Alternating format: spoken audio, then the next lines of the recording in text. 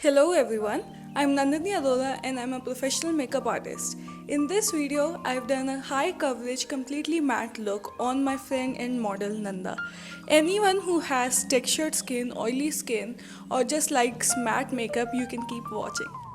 I always like to start with clean skin, so for that I'm using Garnier's Micellar Water and cleaning Nanda's face first.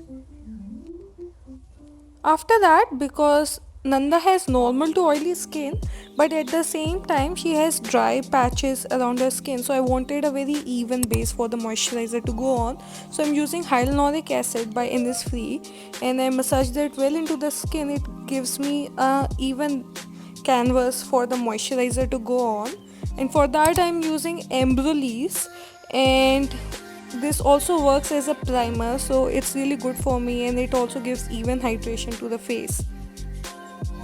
After I massaged that well into the skin, I went in with a Q-tip on the brows just to make sure there is no extra moisture or oiliness on the brows before I use the brow powder, otherwise the powder won't stick to the brow. Here I'm just using a very basic powder palette. It is by PAC. I'm using two colors, that is grey and black, because if you directly go in with black it can be very harsh, so I'm mixing the two. For the brows, we are actually keeping it very simple. I'm just following Nanda's natural shape and filling any sparse areas. I'm not, heavily changing the shape or doing anything extra on the brows. I do go in with a clean spoolie once in a while to, brush up the brows again and again to, keep checking the shape and blending the powder in. For the eyes, I am using Butterscotch by Too Faced, and I'm using their Born This Way concealer because it is full coverage. You can see I took a very tiny amount, though I took just a drop on the back of my hand, and I'm just tapping that on the eyelids to just even out any discoloration or any texture. After that, I go in with Max Studio Fix powder, which is also marketed as a foundation, so it is very full coverage, and I press that into the eyelid. You can imagine how much coverage I want on the eyelids and how much I want to create a smooth base.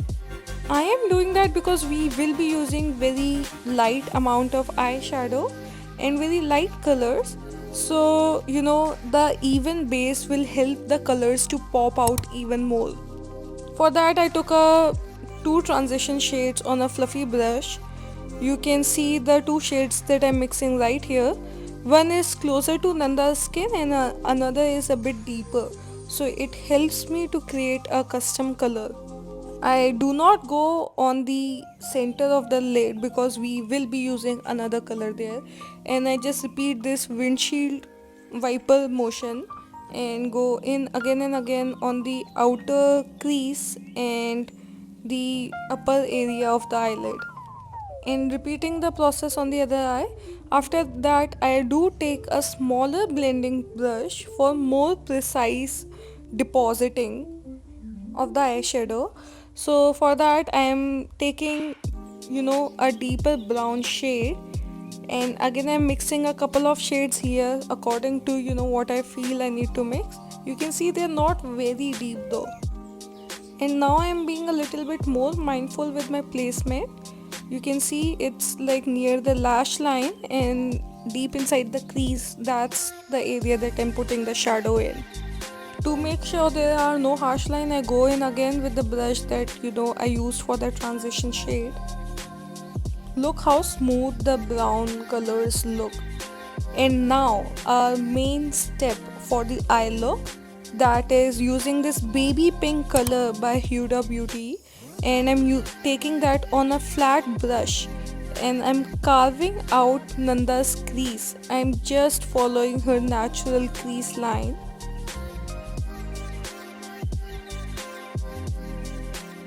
You can see me carving out that line and depositing the color on the center of the lid from the inner corner till the center. I do not take it on the outer corner. This will help me to enhance Nanda's eye shape. The reason I used a baby pink color instead of a white or Studio Fix powder is because it also color corrects the eye a little bit, and that will end up brightening the eyelid even more. Now I'm going in again with the transition shade brush, and merging the two shadows together. I'm making sure that where the pink shadow ends and the brown begins, that area is very smooth and very well merged. For the eyeliner, I take a very small amount on my brush. I'm using a gel pot liner by Maybelline. I did mix Inglot's Duraline in it. I feel like in any basic gel pot liner you can mix Duraline and it makes it waterproof and makes the application more smooth. You can see I'm going in very small strokes. I do not make a straight line, in at once. I prefer doing this because it gives me more control. I go in with small strokes because I want a very small line, and there is no place for mistakes there. For the wing, I ask Nanda to look ahead, and then I make the angle of my wing according to that. For that, from the corner of the eye, I begin to make a very small line, again going it with like small strokes, and that is the line, guys. It is from the end of her, from the corner of the eyelid. You can see that it kind of goes towards the end of the eyebrow. After that, I'm just merging the wing with the eyeline that we made on the lash line and cleaning it all up with a Q-tip. I do have micellar water on the Q-tip. It helps to perfect the wing. You can go again and again with a Q-tip to clean it up. Now, starting with the base, I go in again with a micellar water and cotton pad combo. That is because you can see there is no visible fallout, but once I clean the skin, there is a lot of product on the cotton pad that came out, and I do that on both the sides and go in again with the moisturizer under the eyes. That's why I prefer to do eyes before, even though there is no visible fallout. You can always see the shadow comes out once you clean the under eye. And if you do the eyes after the foundation, which is like obviously it's your preference, but according to me it does end up darkening the under eye to some extent. Just brushing the brows up with a gel. This is a clear gel by Anastasia Beverly Hills, and I'm using the applicator only to brush the brows up, nothing special here.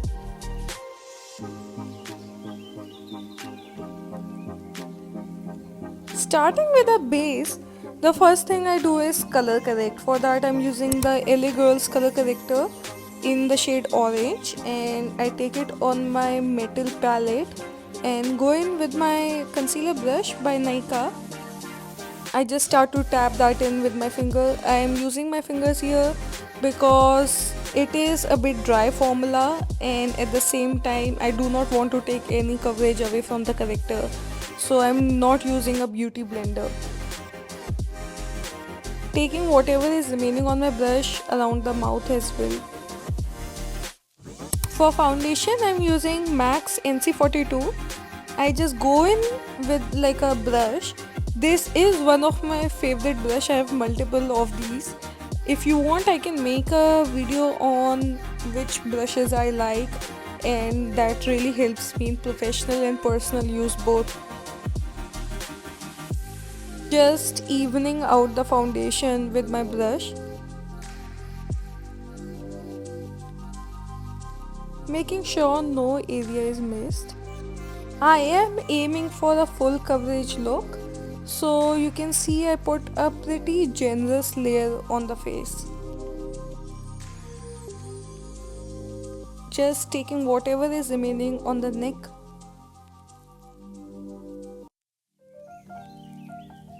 Now, because we did put a lot, to take away some of the excess product that might be sitting on top and not getting absorbed in the skin, I'm just going in with a beauty blender. It will pick up any excess product on the skin and even out everything.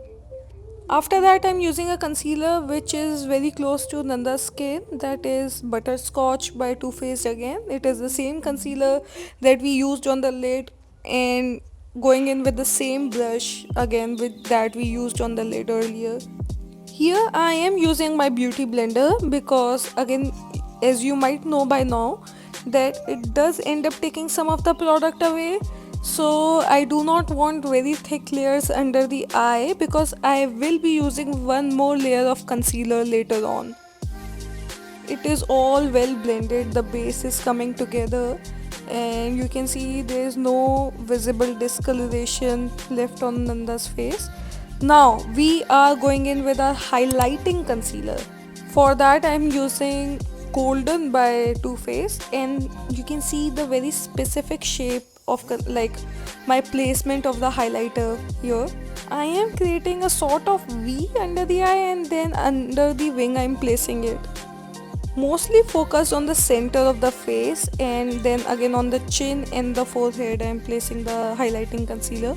This type of placement, especially under the eyes, will help me to lift the entire face.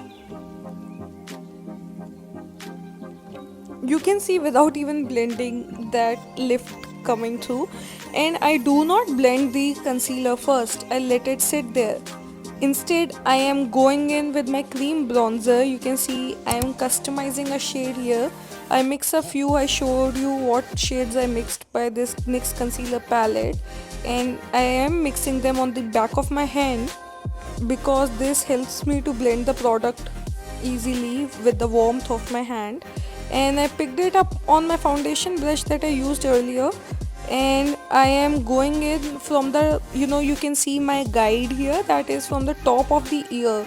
I am going inside the face from the outer corner, and I take that around the forehead, make sure to blend it well into the scalp and also on the jawline. Now finally blending a concealer. We are blending it later on because by now the concealer must have set a bit, so it won't move a lot and it will help me give better coverage. I am going in with a combo of both my beauty blender and my hands, just checking whatever helps to blend the entire thing very seamlessly. Even though we went in with the blender, you can see not a lot of coverage was lifted because we let the concealer sit, guys. We let it rest on the skin, and then I am going in with a this is for me personally a very thick layer of powder. I just take that on my powder brush. The main area that I place the powder on is under the eyes and then around the face. We are using this much powder because I am going towards more of a matte look. Plus we prepped the skin so well with the moisturizer. The base and the foundation will automatically will start to set into the skin. Blush, I'm using a shade by Maybelline, and then you can see again the shape that I'm going in. I start from the outer corner and go towards the inside. I start really high from almost the temples and then start to go inside, towards the inside of the face, and slowly I build the coverage.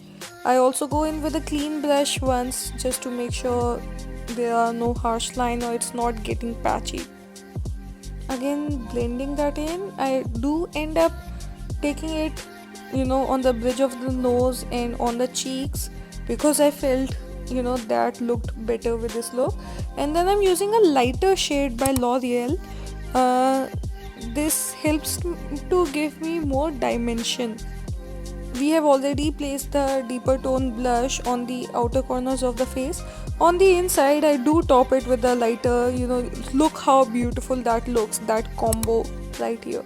And I use a very bare minimum powder highlighter which is by MAC, and I go in with my fan brush right below the arch as well. You can see I am barely touching it.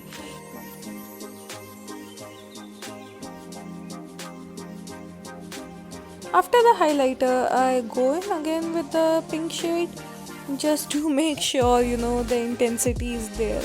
I really want this color to pop. And without using any sort of shimmer, guys, look how beautiful Nanda's eye shape look. We just enhanced her eye shape, which was beautiful to begin with, to end like it looks even more contoured now. And now I'm going in with a pencil brush and using the deeper brown shade that we used earlier on the lower lash line to define the lower lash line. I end up picking even a more intense brown to top off that brown shade that we already placed. This gives more layers to the look, and it helps to create an illusion of even more, depth. I am in absolute awe of this eye look. Look at that, guys. Look how beautiful Nanda's eyes look. Cleaning off any fallout as well with the powder brush.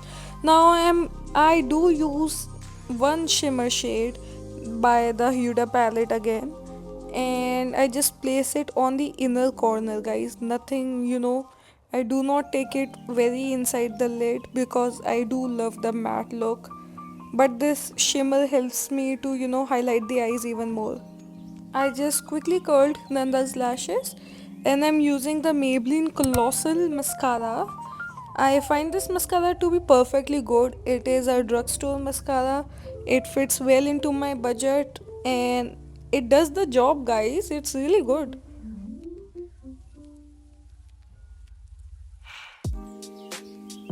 Placing the mascara on the lower lash as well.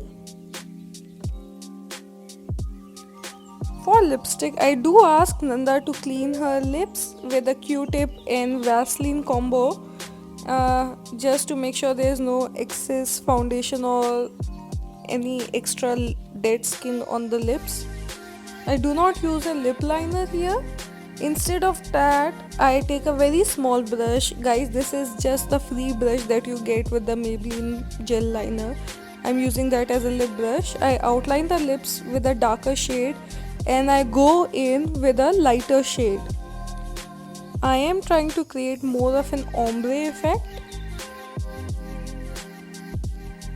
So I wanted more of an ombre look, so I end up taking a much more lighter shade.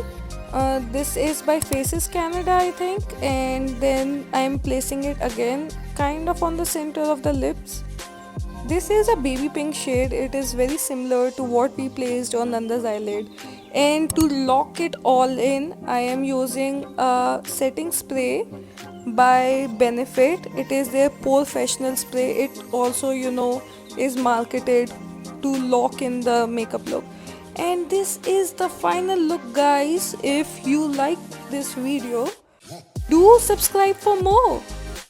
And let me know what you guys would like to see next down in the comments.